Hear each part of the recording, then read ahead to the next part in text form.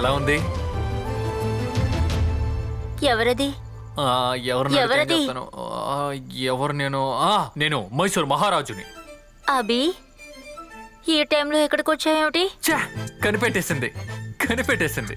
అభి, అడిగిన దానికి సమాధానం చెప్పు. ఈ టైంలో నువ్వేంటి ఇక్కడ? అసలు నువ్వెలా నా రూమ్ లోకి వస్తున్నావు? తిన్నట్టు ప్రశ్న అడిగి చంపుతుంది. అది నేను ఇటువైపు వెళ్ళేటప్పుడు నిన్ను